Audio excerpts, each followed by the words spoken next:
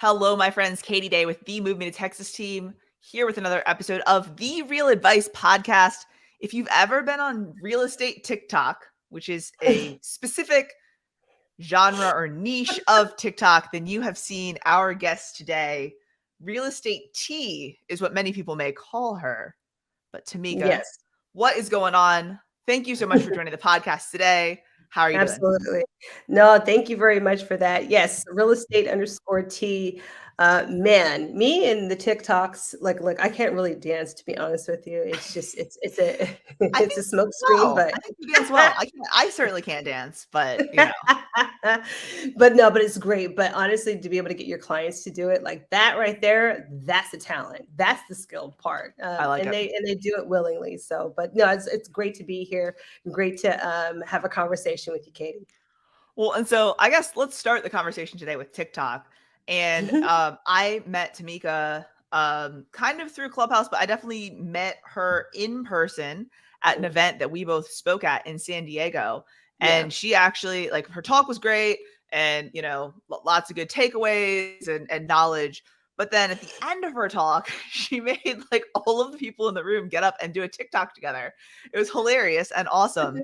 And I want to talk a little bit more about you getting your clients into your Mhm. TikToks, Yeah. right? So let's first start like from the beginning, Mhm. right? And so like, when did you get on TikTok? When did you realize that this could be something to help you, educate people, generate business, and just be like that community pillar? Yeah, no, and thanks for participating in that TikTok. No, it was early 2000s. That's probably Yep. where I first said, you know what, I'm going to do something a little bit different. I'm going to go into this industry, and especially everything being locked down and shut down. I really had to think, like, how else can I get business out? Because a lot of my stuff is referral based, and man, like how can I reinvent myself? To be honest with you, when you've been in this business for a little bit, you're like, there's so many pivots that you can do. This is just one of them. How can I pivot? And when TikTok came about, people were like, "Oh, that's just for like some little kids Yep. being on their I mean, dance." we all said it. We all Everyone said said it, it. Yeah. but I was like, you know what? I mean, I look kind of young. I'm not going to tell you my age, but you know what? Hey, I think I could actually make this darn thing work. And I Yeah. actually was able to come through with a they had like a learning type of TikTok that was going on at the time because they're trying to push more learning TikToks at the time Yeah. and not just dancing. So I was like, shoot, well, sign me up. And so that helped me kind of get kickstarted in doing a lot of content and a lot of things on TikTok. It wasn't until I actually got back into certain things were kind of lifted, with us being Yeah. able to talk with our clients or be able to go out with our clients, that I was like, well, then shoot, well, then let me make this about my clients and my client base because I deal with some amazing people. Yeah. And from the first one that happened to the second one, I mean, it just kind of snowballed from there. And then everyone knew, like, hey, look, if you go work with Tamika, you'll probably have a TikTok as well. But Yeah. it garnered business also from that too, from other Yeah. like millennial clientele. They were really excited about being able to do a TikTok. And so that's what helped some of my business too on TikTok and people calling me for the simple fact that they wanted to work with me because they thought I was pretty fun.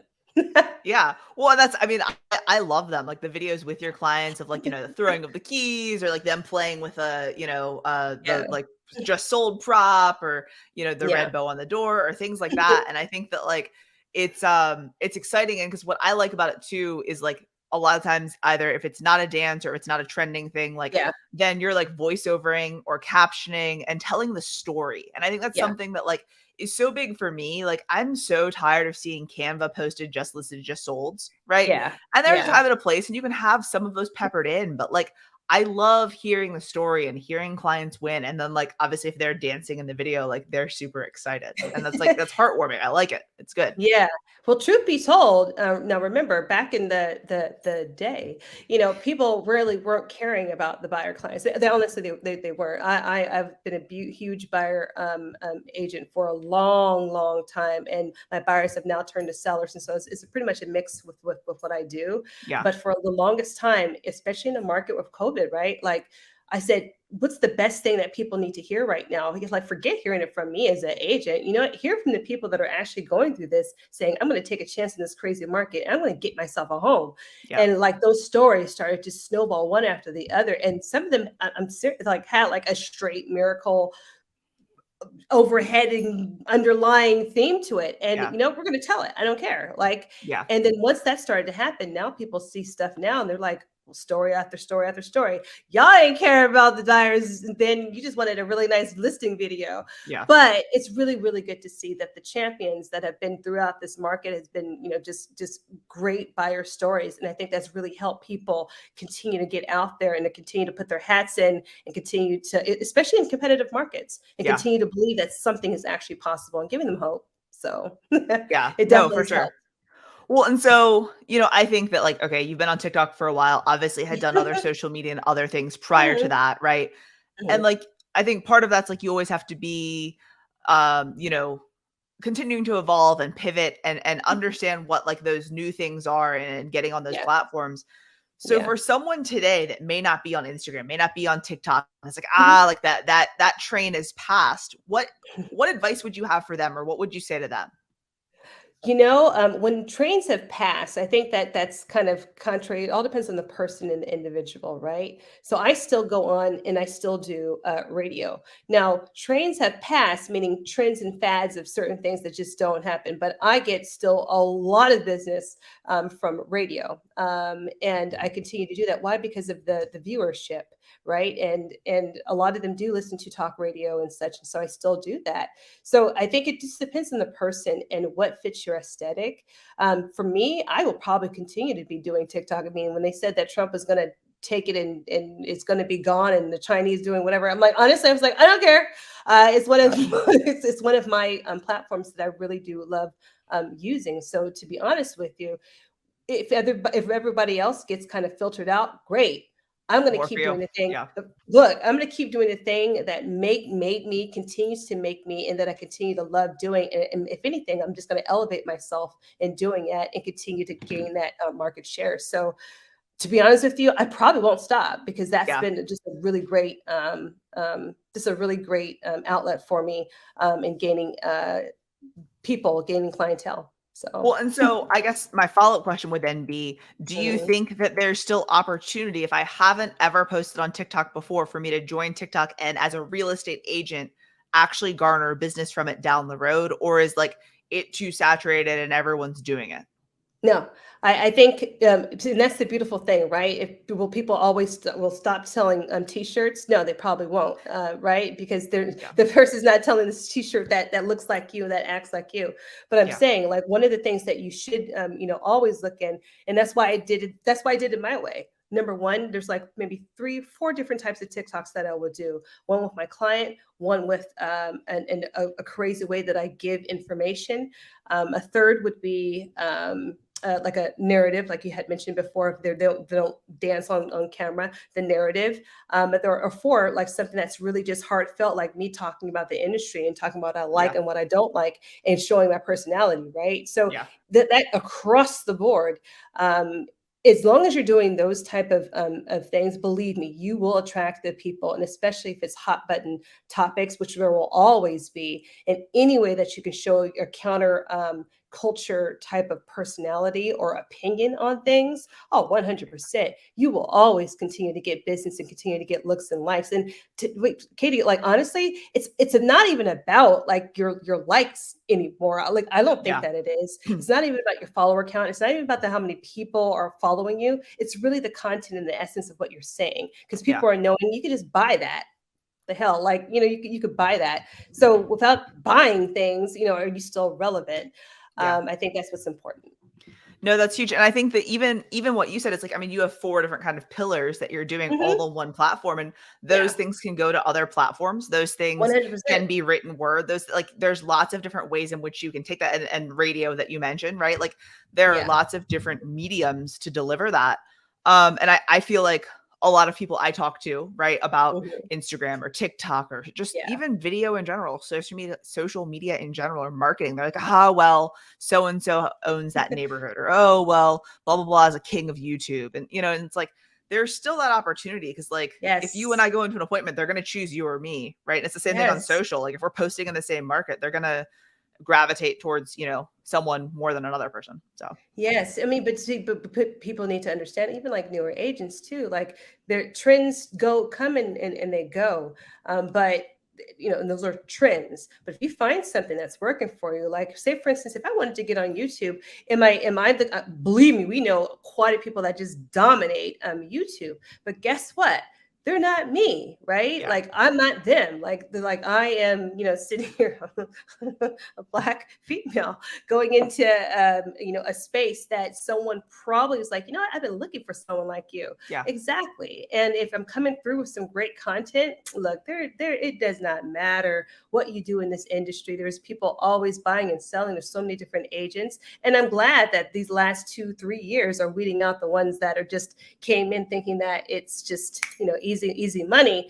Yeah, it's not easy money. You always will have to continue to reinvent yourself, And I think these are the real ones that are here saying, nope, I'm here to stay. And if you're here to stay, it doesn't matter. Like you will find business. Yeah. So for sure. For sure. No, I completely agree with that. And that's something that, I mean, all of these platforms, especially with the algorithms, like it's going to find you your audience. So you just need to define who that is and who you're talking to. And, they will find it for you. And if people watch a video, especially on TikTok, you're going to keep up with them. But Katie, I see your shoes and stuff, right? It's like your last one that you did with your shoes, because that's your thing, right? Yeah. Like, but I think if people like really understand, like, look, the real estate is real estate. That's one part of who you are. But honestly, if people open up more about their life and who they are, they'd be so surprised that you probably will have a flood of people coming in because of the very reason why, like, for instance, I like Legos.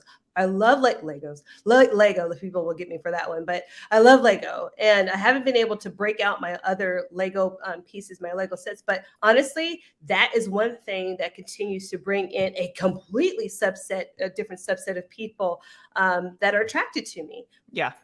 Aside from the real estate, but like sneakers, like that's a huge thing. Like if you have, and I see you kind of doing it more and more, and I was like, oh snap, she's on something. Yeah. But that like stuff like that, like you don't have to just talk about real estate. There's so many other things that you can talk about that make you incredibly unique, and people will love that. So. I love conversations like these and having conversations with people that make content and also consume content, because it's like you'll see changes in people's profiles or tweaks that they make, or that you're seeing more of something. And so I appreciate that. But this is some dope shoes too.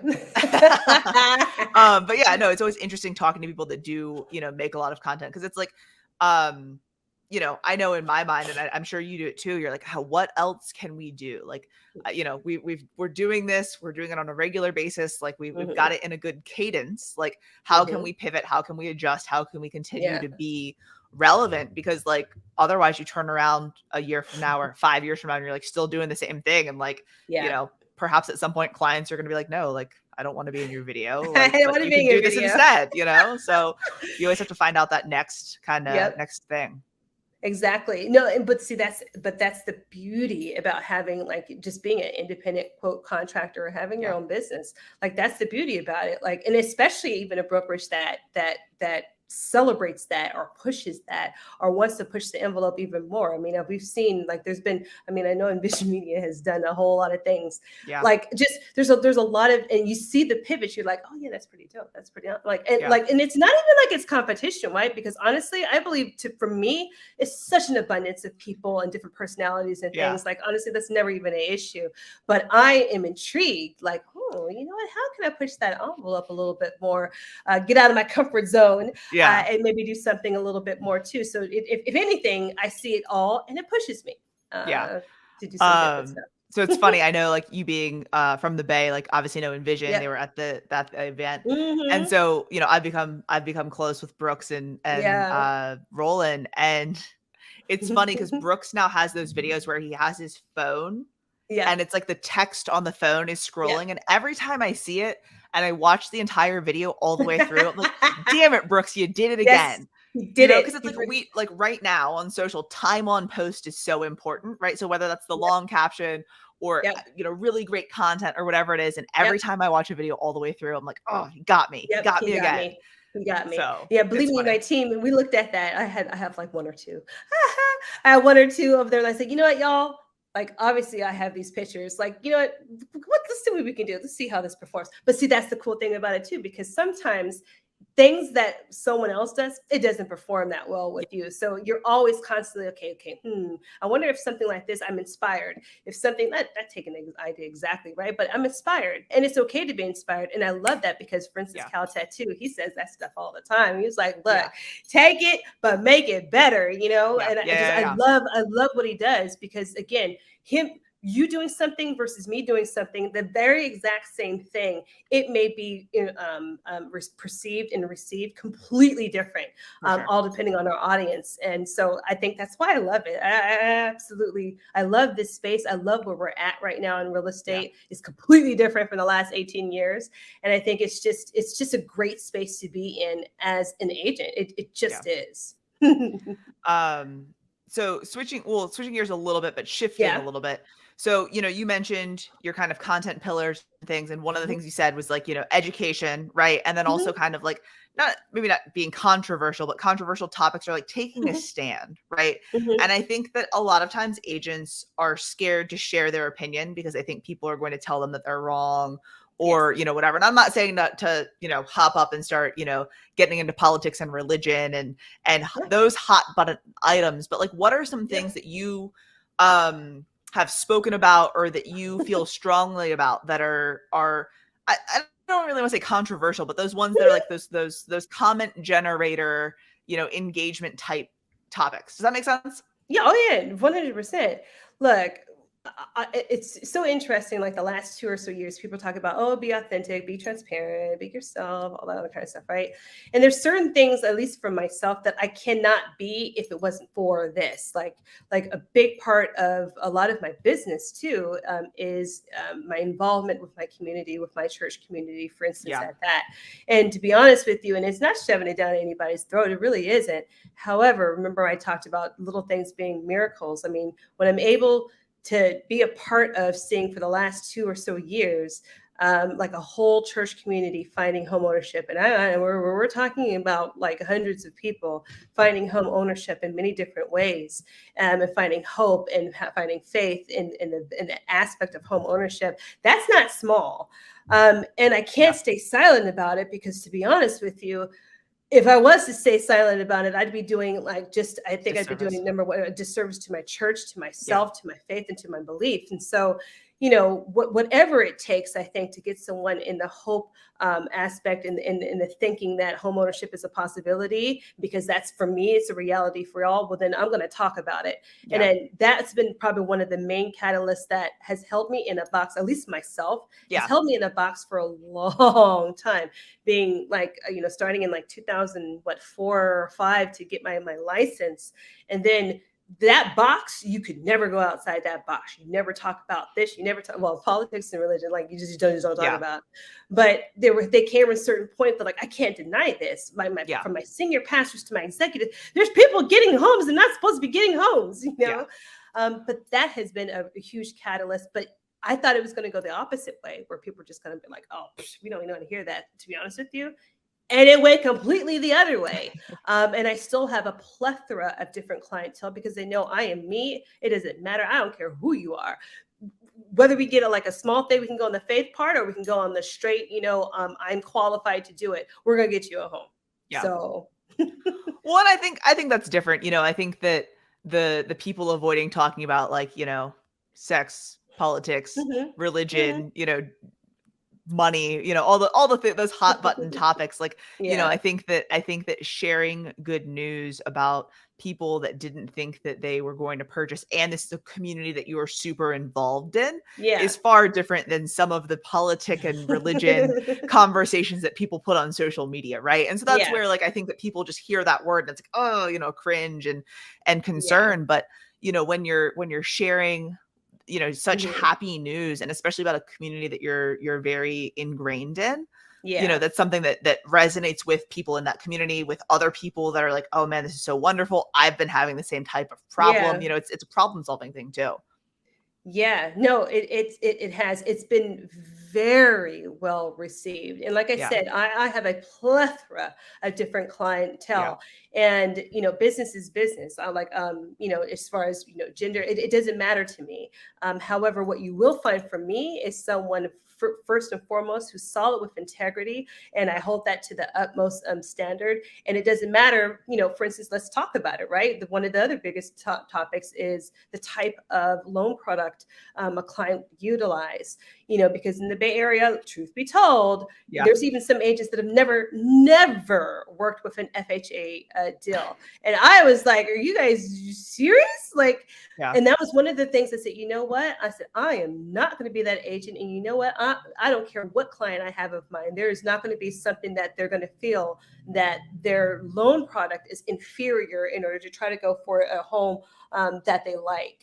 And I will never make them feel that way. And so, hey, look, absolutely. I was that one, 15 offers on the table, my one FHA coming in. But you know what? I advocated like hell. And you know what? I've had at least a dozen of them that have gotten accepted based off the advocacy of what I've done as an agent, and to talk with the other agent about the loan product from VA to FHA. And I'm super proud of that, because in the Bay Area, you don't see that often. Yeah, for sure. No, I mean, and just with the price point, right? $1 million, 1.2 FHA. Yeah, you can do it. Yeah, no, that's crazy. I think that that's the thing. I saw a TikTok or a reel the other day from an agent that said something to the effect of like, it's not always the best offer that gets accepted on a property. Yeah.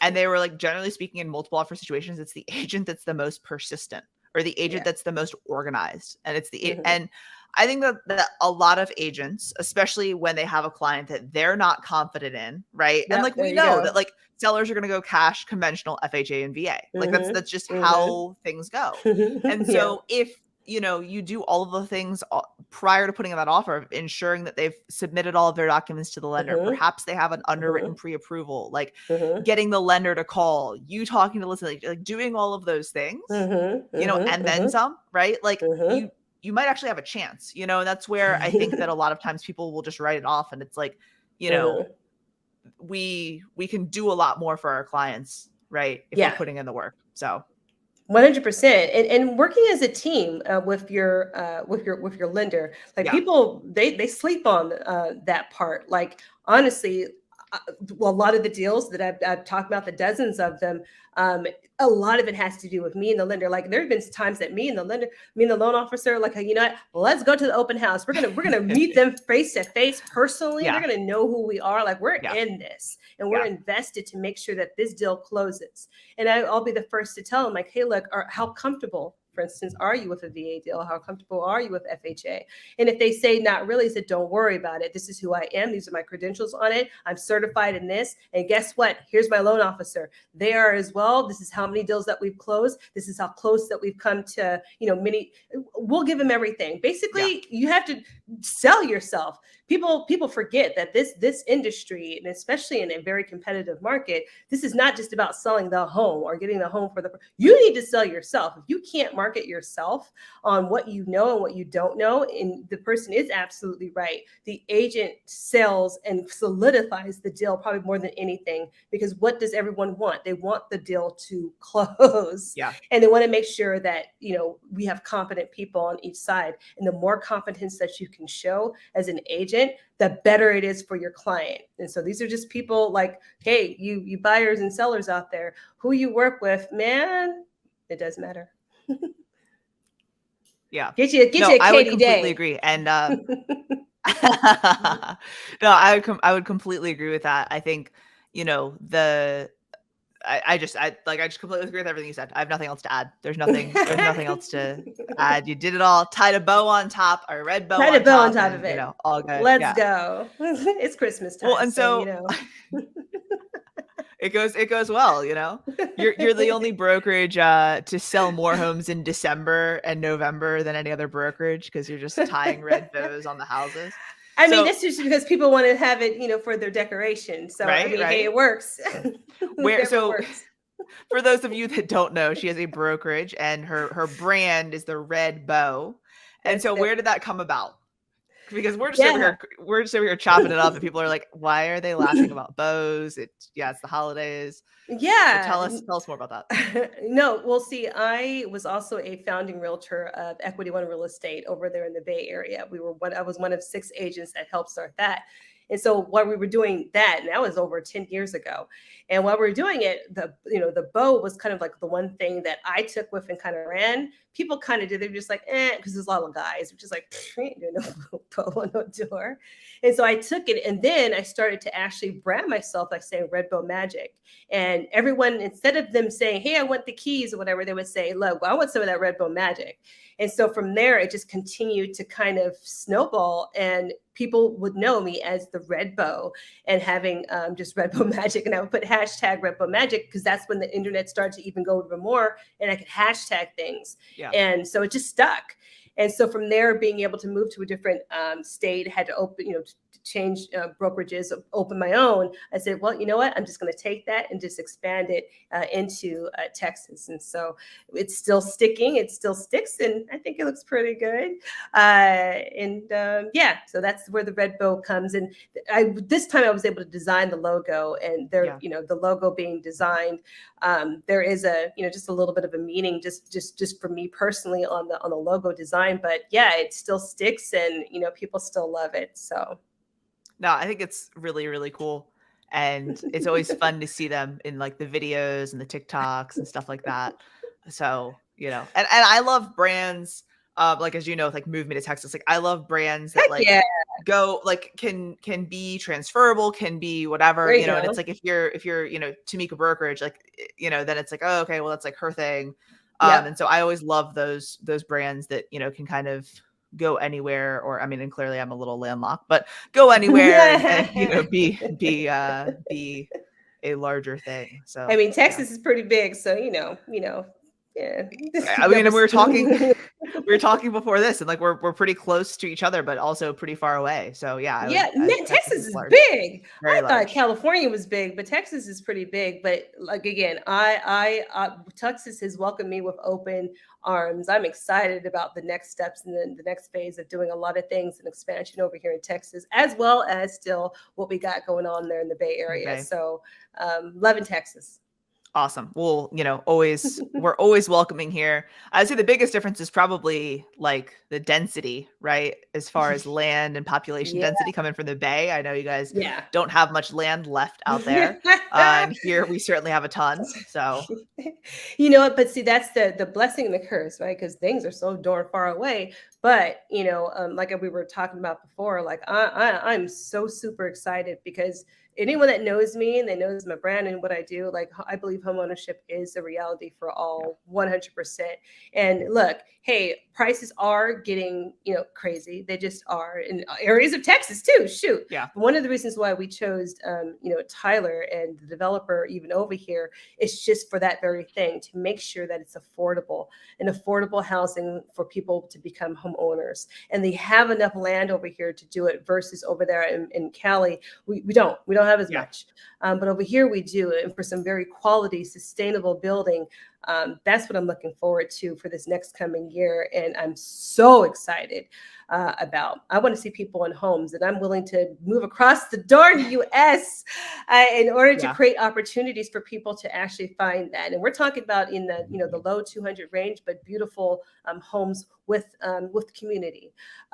So yeah, it's definitely a gift that continues to keep giving Texas. That is so. Yeah. I love that. And I can't wait to see the progress, online and just in general. Because I know, like that's just really cool. And it's something that we talk about here, and I've like we developed some property and stuff like that. And it's like, we try to stay on the bottom half, right, of the below the average price point and things like that. Because, like, I mean, it is true. Like, it's very difficult to find affordable properties. So that's awesome. Is, and that are nice, that are nice, that can hold a candle to anything that you do. And that's the beautiful thing about just the developer I'm with. He's also from California, but he's actually from Texas. And so a lot of the things that he does is, it's going to be expanding into some other things. And shoot, I'm trying to create some farmers, some micro green farmer people, that'll be able to make some money off of their land as well. Yeah. So sustainability. No, I'm excited. I'm excited to hear and see the progress. And yeah, it's going to be cool to watch that unfold for sure. Yes. So right on, Katie. The podcast name is Real Advice, and I haven't asked you a direct question asking for your advice. We've kind of, Okay, obviously gone around. We talked about let's do social, we talked it. about, content and stuff like that.